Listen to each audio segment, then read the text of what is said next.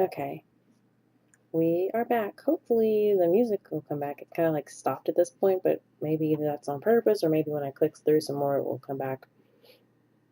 Luckily, my last recording did okay. It seemed like my last recording was my voice was really really loud and the music wasn't, and the like background stuff was like really soft. So hopefully it will be a little better now. All right, let's go. Thanks, Mom. However, my dad didn't speak the entire drive home. I wanted to talk to him, but after his moment at the funeral, I wasn't sure if that was a good idea. It's about time we took off those dreary black clothes. What? Black? Oh, because of the funeral. Okay. Gathering my courage, I decided then that it was time to talk. Dad, could I ask you something? Go ahead. Why do you want me to move into the estate so soon? I thought I made that rather clear. The college near your grandfather's house is well known for its business program. You are planning to major in business, yes? Well, Right after you graduate from high school, you'll just live there and can easily commute to and from school. It's a perfect fit for you. I suppose so, but you're gonna have a girl live all alone? I mean, does that make any sense?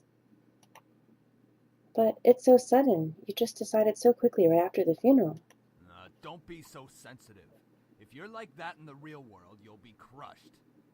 Okay, well, I'm your daughter, not your business partner. So there's that. I'm just saying that maybe we could talk a bit more about my future. In reply, my father rubbed his temples and sighed quietly. After you graduate from college, you'll work at Anderson Family Toys. I have connections since I am part of the board of directors, so you will be guaranteed a spot. That is what we talked about before, yes? But what if Stop mumbling. but what if I don't want to work there? Don't be silly. It's the family company, our company. I'm not just going to hand it over to some incompetent vice chairman. Okay, okay. I guess he doesn't want to sell the company. He just wants to keep all the money from it or whatever. Okay. Mm. He came closer to me and his face softened. Look, this is all for the best, okay? You may not know it right now, but you will appreciate it later. If you say so, Daddykins. For some reason, when I heard him say that, something snapped in me. I wasn't exactly sure what it was, but it made me feel so angry. Do you even care that grandfather passed away? Of course I do. Well, everything seems fine and dandy to you. Things couldn't be better. Excuse me? I don't like your tone, young lady. It's like nothing even happened at all. Like you just ignored the fact that he's no longer here. Do not raise your voice at me. What did he ever do to you to deserve this? My father, his face hardened, crossed his arms and erupted in angry laughter. Ha! You sure place him upon a pedestal, like he's some kind of venerated god or something. It makes me sick. It makes me sick. Is that it? Are you happy seeing grandfather dead? While everyone was grieving, were you holding yourself back from laughing in everyone's faces?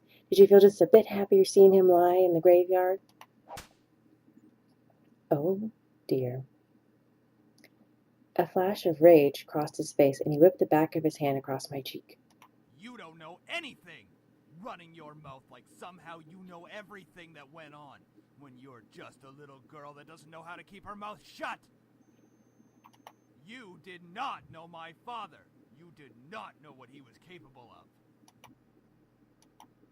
Is everything all right? What happened? Nothing. I'm not hungry. I think I'll just go upstairs. Honey, wait! I quickly turned and ran up the stairs to my room, slamming the door behind me. My breath came in short pants, and for a while I just leaned against the door to my bedroom, eventually sliding down to sit against it. How did things become like this? My cheeks still throbbed, and I tentatively stood up and looked at the mirror to see how it looked.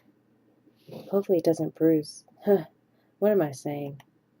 Tears formed in the corners of my eyes, but I blinked them back rapidly. I couldn't cry for the second time today. I had to be stronger than that. Are you all right? Your father told me nothing happened, but you know your father. Hmm. I'm fine. I just lost my appetite. The lasagna's done, though. And I don't want you skipping any meals.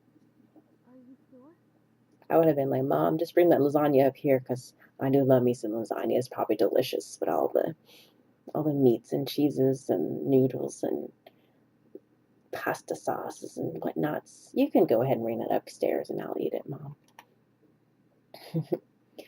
Yeah, don't worry about me, Mom. I'll come downstairs later to eat. You're not telling me the whole story. I just don't want to eat right now. Please, dear. Tell me what's going on.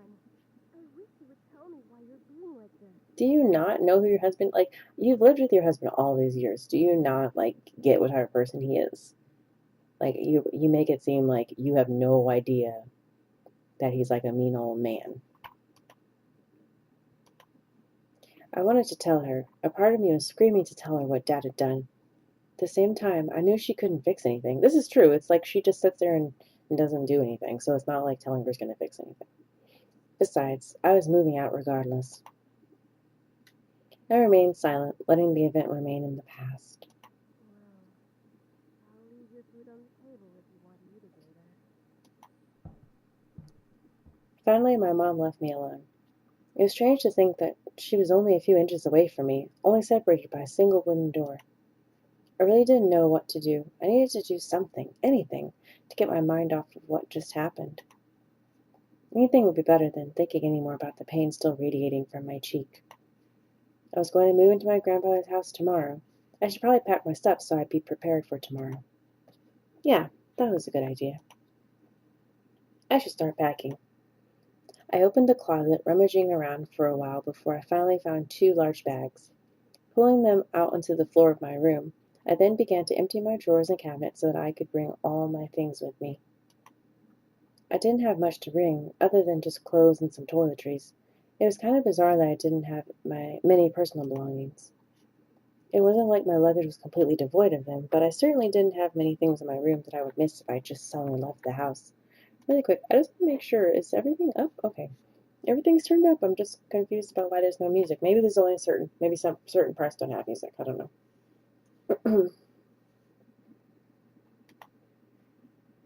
I shook my head to rid myself of those thoughts. If it were going to be my new home, it would have to feel like it. One way or another, I was going to make it a home. Oh, there we go.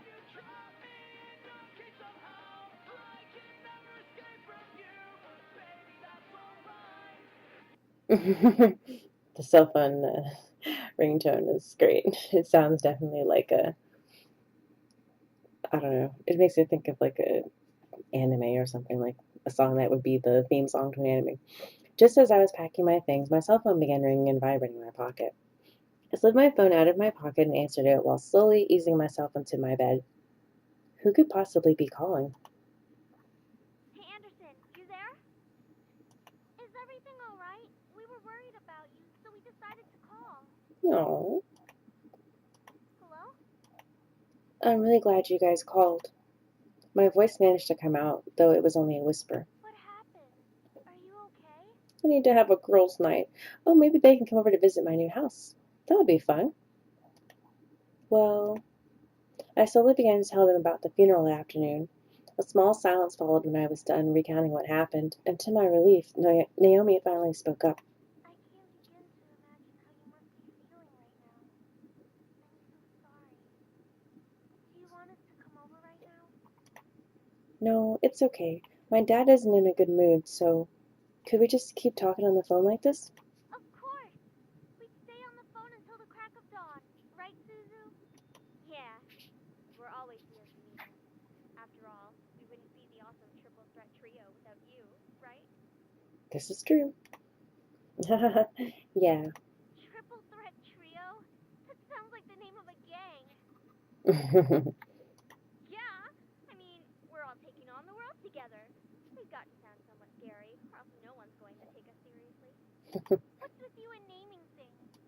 You've got to step up your game, Naomi.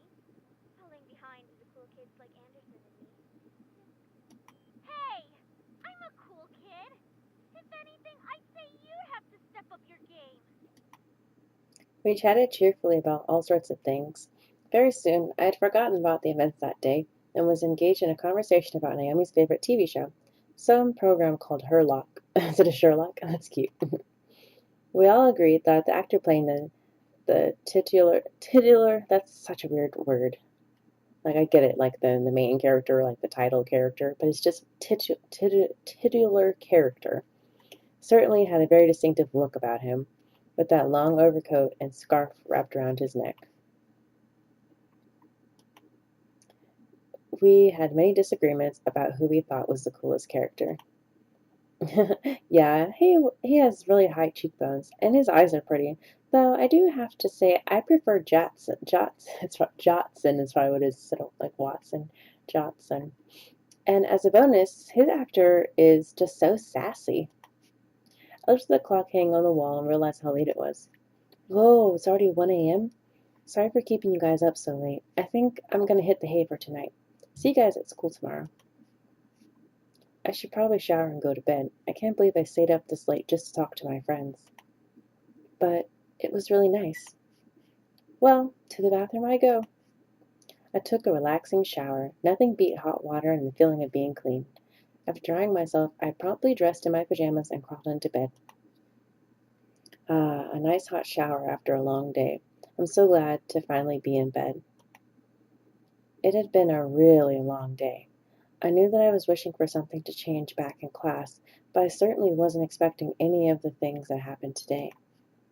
And I have to go back to school tomorrow. Ugh. I curled up on my side and tightly wrapped the blankets around me. I really wasn't in the mood to be returning to school, but my dad probably would make me go, just for the sake of it. It's time to go to sleep. I reached out to the lamp on my nightstand and turned off the lights. However, my mind was so lost in the passing of my grandfather and the thought of inheriting something so big that it haunted my mind the entire night until the next morning.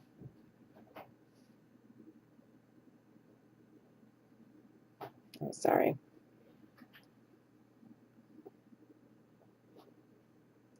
Sorry, just making a lot of noise out there, making sure nothing's going on. I shook my head to try to clear the sleepiness out of me to no avail. I really didn't get any sleep last night. It's already time to wake up? Wait, school. As soon as I realized I had to go to school, I slid out of bed and looked at the vanity mirror. That's a relief. Luckily, there was barely a bruise on my cheek. You had to squint to actually see it. I doubted anyone would actually notice it unless they leaned in really close. Breathing out a sigh, I got dressed, took my backpack, and caught the bus to go to school. Wait, so you have the whole Anderson house to yourself? Lucky as hell, man! Quit being so sensitive, Naomi. Quit being so vulgar, Suzu. Suzu's right, Naomi. Naomi's right, Suzu.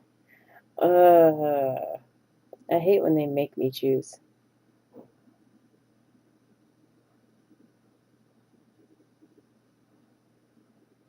I'll do it this time. Of course you would side with her. I only sided with her one other time. I'm siding with both of you guys, fairly. Ha! See? At least she knows how to have fun. I know how to have fun. You don't need to be wild to have fun. Guys, I'm going there after school today because my parents want me to get used to living there. Seriously?